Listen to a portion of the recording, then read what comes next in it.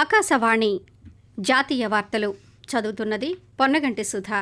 ముందుగా ముఖ్యాంశాలు. మహిళలు సంకల్పానికి ప్రతీకలు అని ఉపరాష్ట్రపతి సిపి రాధాకృష్ణన్ పేర్కొన్నారు. ఇండో పసిఫిక్ ప్రాంతంలో వ్యూహాత్మక స్థిరత్వాన్ని పెంపొందించడానికి భారత్ జపాన్ల మధ్య భాగస్వామ్యం దోహదపడుతుందని విదేశాంగ మంత్రి డాక్టర్ ఎస్ జయశంకర్ అన్నారు. పెన్షనర్ల జీవన ప్రమాణ పత్రం యాప్ని మరింత సరళతరం చేశామని కేంద్ర సహాయ మంత్రి డాక్టర్ జితేంద్ర సింగ్ తెలిపారు. బీహార్లోని 18 జిల్లాల్లోని 121 నియోజకవర్గాల్లో అసెంబ్లీ ఎన్నికల మొదటి దశ పోలింగ్ రేపు జరగనుంది. ఇక వార్తల వివరాలు. మహిళలు సంకల్పానికి ప్రతీకలు అని ఉపరాష్ట్రపతి సిపి రాధాకృష్ణన్ పేర్కొన్నారు. ఛత్తీస్గఢ్లోని రాజ్ నందగాంలో జరిగిన లఖ్పతి దీదీ సదస్సులో ఉపరాష్ట్రపతి ముఖ్య అతిథిగా ఈరోజు పాల్గొన్నారు. ఈ సందర్భంగా మాట్లాడుతూ మహిళలు స్వావలంబనకు, సాధికారతకు ఈ సదస్సు నిదర్శనంగా నిలుస్తుందన్నారు. అనేక సవాళ్లను అవకాశాలుగా మహిళలు మార్చుకుంటున్నారని ఉపరాష్ట్రపతి పేర్కొంటూ, Lakhpati Didi event a celebration of women empowerment, self-reliance and local leadership. This initiative reflects the strength and the determination of our women, our Didis who are turning the challenges into an opportunity for everyone. Under this visionary scheme of our PM Narendra Modi ji, more than 2 crore Lakhpati Didis have already been enabled throughout the nation. Indo Pacific ప్రాంతంలో వ్యూహాత్మక స్థిరత్వాన్ని పెంపొందించడానికి భారత్ జపాన్ల మధ్య భాగస్వామ్యం దోహదపడుతుందని విదేశాంగ మంత్రి doctor yes Jayashankar అన్నారు. న్యూఢిల్లీలో ఈరోజు జరిగిన 8వ ఇండియా జపాన్ ఇండో పసిఫిక్ ఫోరంలో కేంద్ర మంత్రి ప్రసంగించారు. 2 దేశాల మధ్య భాగస్వామ్యం ఇటీవల కాలంలో మరింత పెరిగిందని ఈ సందర్భంగా ఆయన గుర్తు చేశారు. భారత్ జపాన్ భాగస్వామ్యంతో కృత్రిమ మేధస్సు, సెమీకండక్టర్లు, అంతరిక్ష రంగం తదితర అంశాలపై దృష్టి పెట్టాల్సి ఉందని పేర్కొన్నారు. ఈ నేపథ్యంలో ఇండో పసిఫిక్ ప్రాంతం పట్ల ఇరు దేశాలు కీలక బాధ్యతను కలిగి ఉన్నాయని విదేశాంగ మంత్రి తెలియజేస్తూ, The India-Japan partnership must focus on leveraging our strengths, bolstering our supply chains, and investing in artificial intelligence, semiconductors, critical minerals, clean energy, and space.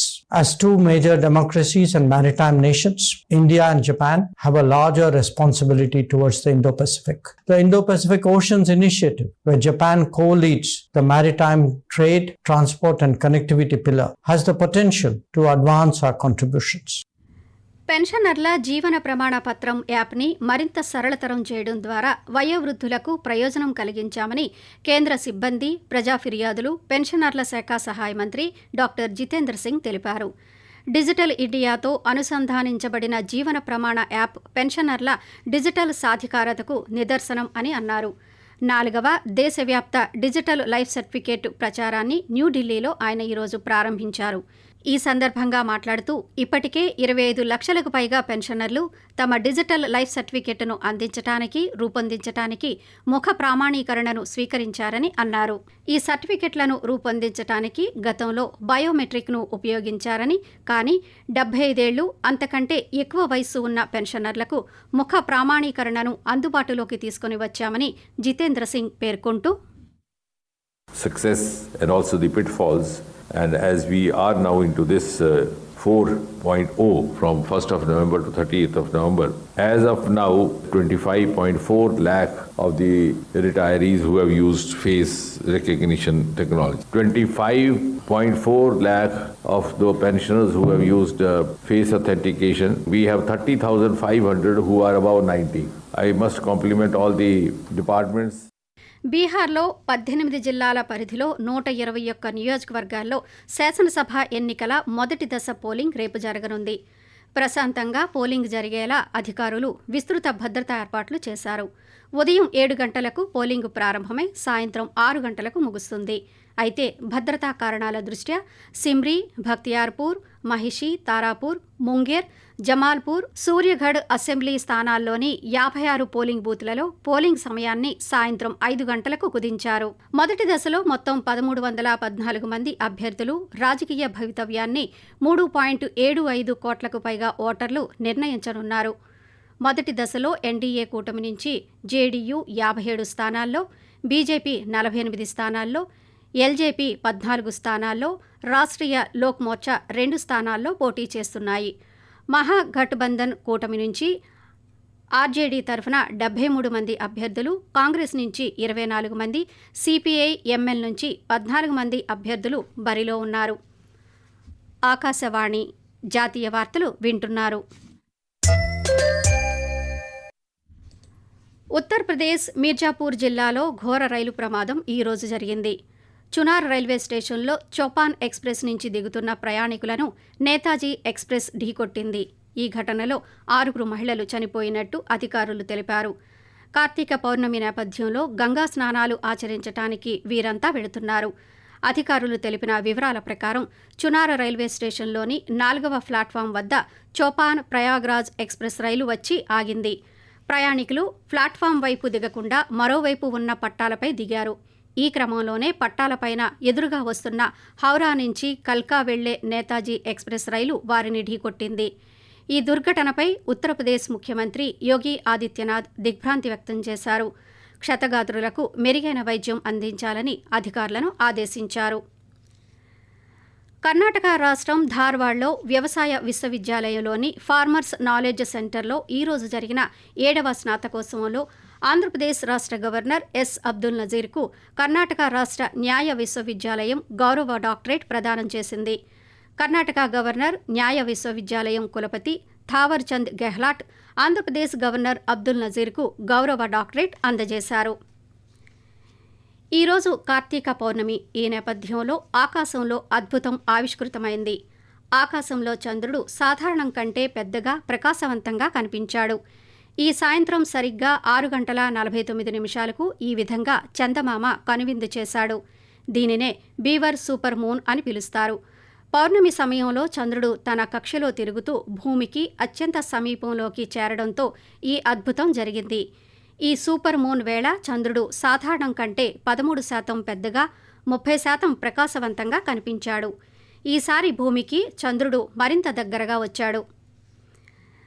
జాతీయ గీతం వందే మాతరం 150వ వార్షికోత్సవాన్ని పురస్కరించుకుని భారతీయ జనతా పార్టీ ఈ నెల 7వ తేదీన దేశవ్యాప్తంగా 150 ప్రదేశాల్లో ప్రత్యేక కార్యక్రమాలను నిర్వహించనుంది.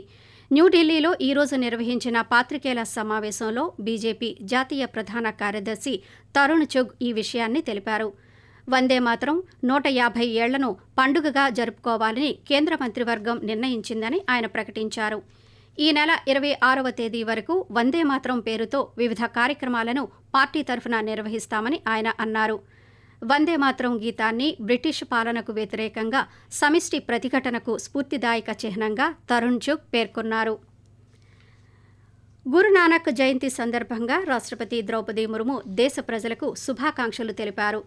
గురునానక్ దేవ్ ఆదర్శాలు, విలువలు మెరుగైన సమాజాన్ని నిర్మించడానికి స్ఫూర్తినిస్తాయని రాష్ట్రపతి సామాజిక మాధ్యమం ద్వారా చేసిన పోస్టులో పేర్కొన్నారు. గురునానక్ ఆదర్శాలను ప్రతి ఒక్కరూ తమ జీవితాల్లో అనుసరించేలా వ్యవహరించాలని రాష్ట్రపతి కోరారు. వాతావరణం.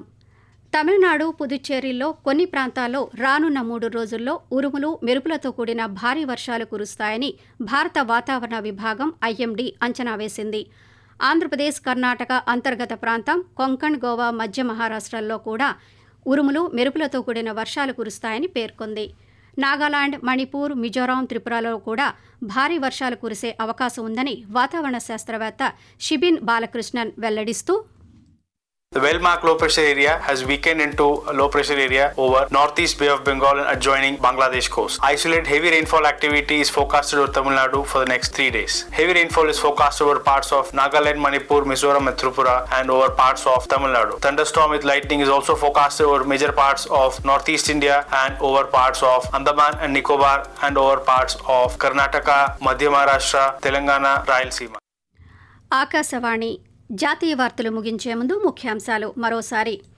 మహిళలు సంకల్పానికి ప్రతీకలు అని ఉపరాష్ట్రపతి సిపి రాధాకృష్ణన్ పేర్కొన్నారు. ఇండో పసిఫిక్ ప్రాంతంలో వ్యూహాత్మక స్థిరత్వాన్ని పెంపొందించడానికి భారత్, జపాన్ల మధ్య భాగస్వామ్యం దోహదపడుతుందని విదేశాంగ మంత్రి డాక్టర్ ఎస్ జైశంకర్ అన్నారు. పెన్షనర్ల జీవన ప్రమాణ పత్రం యాప్ని మరింత సరళతరం చేశామని కేంద్ర సహాయ మంత్రి డాక్టర్ జితేంద్ర సింగ్ తెలిపారు. బీహార్లోని 18 జిల్లాల్లోని 121 నియోజకవర్గాల్లో అసెంబ్లీ ఎన్నికల మొదటి దశ పోలింగ్ రేపు జరగనుంది. ఆకాశవాణి జాతీయ వార్తలు ఇంతటితో సమాప్తం.